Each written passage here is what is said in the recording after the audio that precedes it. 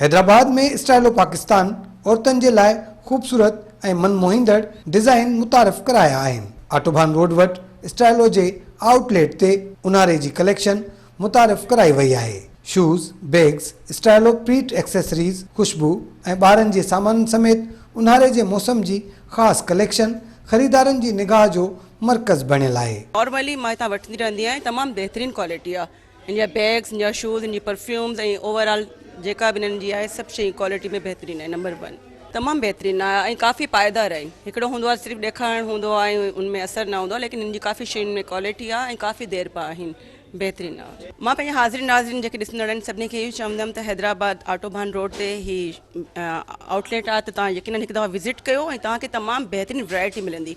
नो doubt तमामु perfect result आहे ऐं देरि पा आहे।